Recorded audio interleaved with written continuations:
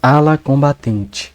A violência ela sempre acompanhou a humanidade, e a primeira coisa que nós aprendemos é a retaliação acima de tudo. Vocês já repararam que as crianças, principalmente os bebês, eles começam a puxar os cabelos das pessoas? Tudo começa com um grupo de agiotas que foram usar a violência para cobrar uma dívida. O melhor jeito de você fazer uma pessoa pagar a sua dívida é através da violência mais bruta possível. Como só a violência não iria funcionar com aquela família, a mãe do nosso protagonista estava mandando uma mensagem para ele fugir de casa. Quando a agiota percebeu que ela não estaria ligando para a polícia, e sim para o seu filho avisar para ele sair, eles entenderam que essa seria a forma mais simples de fazer eles pagarem, já que é através do filho deles que eles iriam sofrer. Uma frase que é dita sobre os predadores que é para você tomar cuidado. Geralmente a pessoa mais calada da sua turma ou a pessoa mais calada do seu trabalho, essas sim são as mais perigosas. Sabem por que crocodilos, leões, tigres, onças têm em comum? Eles não avisam quando vão atacar. O silêncio deles é mortal. Estava tendo um predador bem ali onde eles estavam,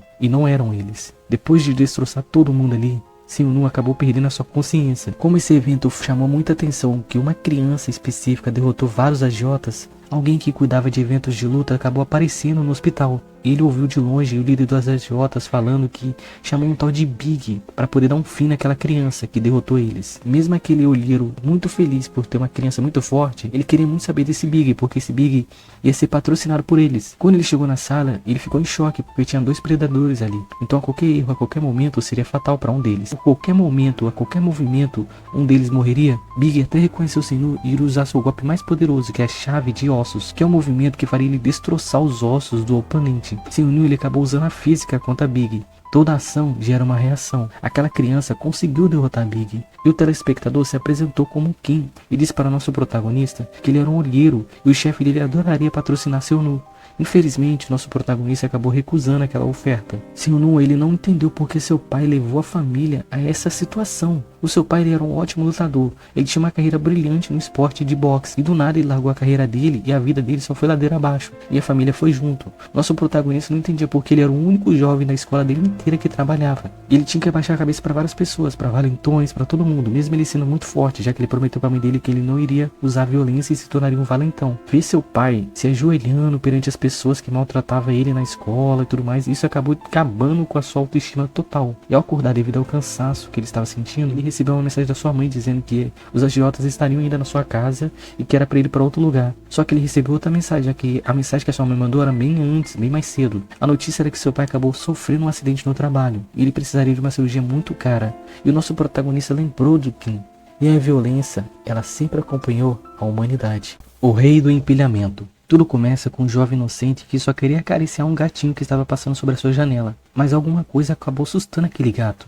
Hanseou já imaginou que o gato ele tem intuição, ele sabia o que estava por vir. Após um intervalo da escola que dura exatamente 10 minutos, é que o inferno começa. A escola ela não permite que os alunos sejam violentos com os outros. Entretanto, ela sabia que não teria como eliminar a violência. Então ela substituiu por outras coisas, que seria mais vantajoso para os valentões. O ministro da educação precisava criar algo mais violento para que eles parassem de visar os nerds. Foi quando eles decidiram criar um empilhado. É um jogo de dupla e nesse jogo é necessário que você seja desafiado e você precisa aceitar também. A pessoa ela não pode disputar contra você contra a vontade dela. Ela tem que aceitar. E antes que o jogo comece, uma pessoa da dupla vai ter que tirar empapar. Quem vencer pode escolher se vai continuar na defesa ou no ataque. A defesa ela recebe o dano e o ataque ele ataca. O vencedor só termina quando uma das duplas não consegue continuar o jogo. Se porventura a dupla que ficou na defesa aguenta os ataques, eles vão ter que tirar empapar de novo e recomeçar de novo até um deles cair. Além dessa violência gratuita, os valentões precisavam de mais. Então, para que eles não ficassem roubando os nerds, pensando nisso, o ministro criou uma qualificação de ranks. Quanto maior o seu rank, mais regalias, mais dinheiro e mais portas abertas você vai ter. O céu seria o limite para eles. Pensando nisso, Hanseou deixou escapar uma frase muito comprometedora. Ele falou sobre o aluno que era mais forte da sua sala, que era o Rei Yong, que o seu estilo de empilhado não seria tão brutal assim. O pessoal da sala ficou bem puto com ele e queria obrigar Hanseou a participar de uma partida, já que ele falou que o mais forte da sala não era tão forte assim. Por sorte, o professor chegou na sala. E para o azar de Hanseou, um aluno novo chamado Park chegou na escola cheio de marra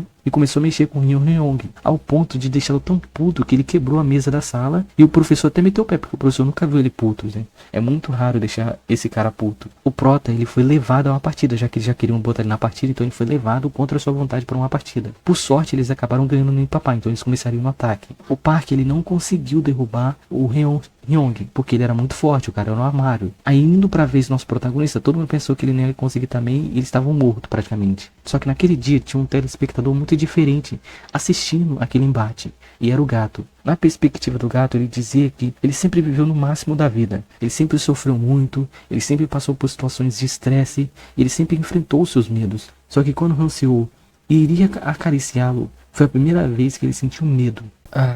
É maravilhoso estar vivo. Isso é apenas mais um dia normal. Os populares, eles têm uma vida linda. Para os jovens que vivem sozinhos na escola, esse dia é extremamente doloroso. Tinha uma razão para Rikdu buscar essa forma mais triste de lidar com a sua própria vida. Quando ele era mais novo, seus pais sofreram um acidente. A sua família adotiva tratava ele como um empregado e sempre buscava uma maneira mais brutal de humilhá-lo. O que nosso protagonista sabia, e ele não poderia contar para ninguém, era que o seu irmão mais velho, que seria o filho de sangue daquela família, era ele que sujava o chão com a intenção de incriminar Rikdu. Como ninguém acreditaria nele, ele não poderia fazer nada, só aceitar as humilhações. Para algumas pessoas, o luto pode durar dias, meses, anos.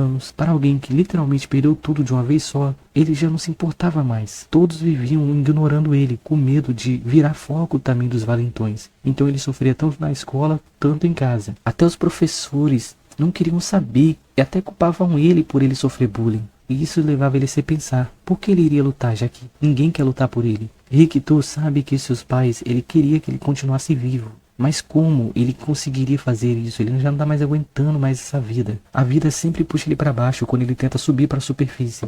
Hoje alguém ouviu seus lamentos. Nash era um garoto muito popular e ele veio ao seu encalço e acabou derrotando facilmente os valentões. Uma coisa que Nash, que era um ótimo esportista, viu era que Rikdu, ele poderia sim conseguir desviar os valentões e revidar contra eles. Mas por que ele não fazia nada? E no recreio, quando todo mundo estava feliz, comemorando com seus amigos, Rikdu, ele subiu até o teto da escola para poder dar um fim no seu sofrimento. Porém, algo acabou acontecendo.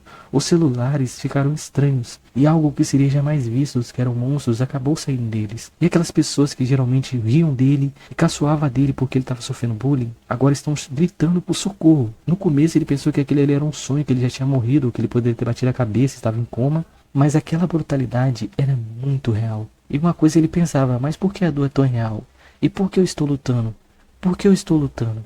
Deus de Campo Negro. Tudo se inicia em algum lugar da África. Um grupo de elite estava terminando alguns preparativos para eliminar um tal de Massalan, que era um terrorista que se instalou na África devido a ser um local com difícil acesso. Mas para a equipe dos mercenários que estavam ali, aquele ali não seria quase nada para eles. Kang Shan, de codinome God Blackerfield, assim que terminou de ouvir os laudos da missão, ele resolveu partir com seu esquadrão. Devido ao alto nível de periculosidade dessa missão, ambos resolveram largar o meio de locomoção deles para partirem a pé. Como Kang ele era o líder do pelotão, através de tantas guerras, ele desenvolveu um sinal que era um pressentimento que ele podia sentir se o inimigo estava longe ou próximo dele, e esse pressentimento estava sobre ele. Como as pessoas do seu esquadrão nunca viram ele recuar para nada, ficaram até apreensiosos com o que ia acontecer. E Kang dizia que até agora eles não viram nenhum inimigo. Os caras do seu pelotão que queria logo terminar aquela missão foi questioná-lo porque ele estava demorando muito. E o seu pressentimento realmente era verdadeiro.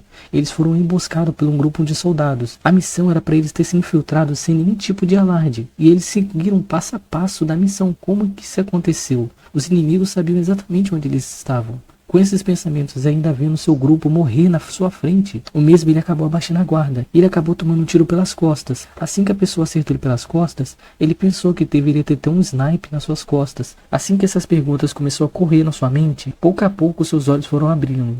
Só que quando ele abriu, o nome dele era o mesmo, mas o corpo era de outra pessoa. Como ele era uma ótima pessoa de infiltração, ele acabou deixando fluir o fluxo. O nosso protagonista, ele descobriu que essa pessoa tem o mesmo nome que ele. E eles tinham uma diferença de 10 anos de idade. Ele tinha 29 antes dele morrer e essa pessoa tem 19. Essa pessoa era um mistério para ele. Então ele precisaria arrumar um jeito de descobrir mais sobre ele. Ele acabou vendo na mochila desse jovem. Esse jovem sofria muito bullying. E esse poderia ser um dos motivos desse jovem ter levado esse fim tão trágico na sua vida. Nosso protagonista ele tentou descobrir um pouco mais sobre a missão que ele teve na África, porém não tinha nenhum registro dessa missão, mesmo sendo uma missão muito importante. Então ele precisaria descobrir mais um pouco sobre essa missão. Indo para a escola no dia seguinte, ele acabou vendo um cara muito estranho que mexia fisicamente e emocionalmente com a pessoa desse corpo. E essa pessoa, lógico, nosso protagonista, ele ainda não entende que ele está em outra era, em outra vida, então ele acabou agindo arrogantemente contra essa pessoa, que estaria mexendo com essa pessoa desse novo corpo. E essa pessoa chamada Hanzun levou ele até o ginásio, achando que estaria levando uma gazela. Infelizmente, o que ele vai descobrir é que ele está levando com ele era um predador e não uma presa. O artista global marcial. Muitas pessoas não acreditam na vida após a morte. Aquelas pessoas que acreditam, eles pensam que se eles pudessem retornar para outro mundo, eles queriam ter um mundo onde o mundo tudo é regido pela força. Feng, ele retornou 10 anos no passado. Mas só que tinha um porém. Ele retornou no mesmo corpo dele e ele tem o mesmo nome. Esse mundo é totalmente diferente do dele. Esse mundo é um paralelo do dele. Esse mundo é um mundo governado por artistas marciais. Para você ter algum tipo de desenvolvimento nesse mundo, você precisa ter um poder marcial. Como geralmente os protagonistas começam se lascando, Feng, ele não tinha talento nenhum para nada. Então não seria simples dele conseguir virar um artista marcial. E para você virar um artista marcial, você no mínimo tem que ter 110 de poder sanguíneo. E além disso, a inscrição era muito cara, é $10.000. Caso você tenha talento para artes marciais, vale a pena o preço. O preço é até pequeno. Porém, Feng, ele não tinha nenhum talento para artes marciais. Não esse Feng que está nesse corpo. E a realidade acabou batendo para ele, já que ele descobriu que esse Feng desse mundo, pobre, a família dele é pobre. Só que esse foi até um preço pequeno que ele pôde pagar. Diferente da outra realidade, onde ele tinha uma boa condição. Mesmo que essa realidade seja bem bruta para ele, pelo menos aqui ele poderia ver o sorriso da sua irmã, sendo que na outra realidade ele perdeu a sua irmã muito cedo, a sua irmã e eles se afastaram muito cedo. E a sua mãe acabou morrendo de tanto trabalhar. E nessa realidade ele tem mãe. Ele nem lembrava o rosto do seu pai na sua outra realidade. Feng, ele sabe que essa realidade tem os seus defeitos, mas pelo menos aqui ele tem sua família. O mesmo, ele sentia até vergonha de falar com seu pai que ele queria fazer a inscrição para virar um artista marcial. Como eles estão perto a se formar, alguns alunos que têm poderes para artes marciais estão se inscrevendo para tentar uma carreira na arte marcial, porque se você virar um artista marcial, você pode ter o que você quiser. Os artistas marciais geralmente são os patrões, né? As pessoas comuns são os funcionários. E ele não queria ter essa vida de funcionário. Quando ele só cogitou com seu pai sobre esse dinheiro, a sua mãe e seu pai já haviam separado esse dinheiro para ele tentar buscar a sorte para se tornar um artista marcial. Feng, ele se sentiu bem envergonhado de ver a sua família dando um pouco que eles tinham para ele. Quando ele realmente se sentiu essa vergonha em si mesmo, os requisitos foram cumpridos. Um sistema que veio sobre ele, lógico, nem tudo são flores. Esse sistema é baseado em dinheiro, para ferrar logo o protagonista que é pobre. Para que ele pudesse comprar pílula, aumentasse o seu poder sanguíneo, no começo ele precisaria de dinheiro, já que ele não é despertado para poder fazer isso por conta própria. Como o cartão do seu pai tinha um pouquinho a mais, ele resolveu aumentar um pouquinho o seu poder sanguíneo, só para ele ter uma chance de passar pelas preliminares. Como ele percebeu que realmente o sistema não é furado, ele funciona mesmo, ele foi mais cedo para a escola para se inscrever. Ninguém acreditou nele,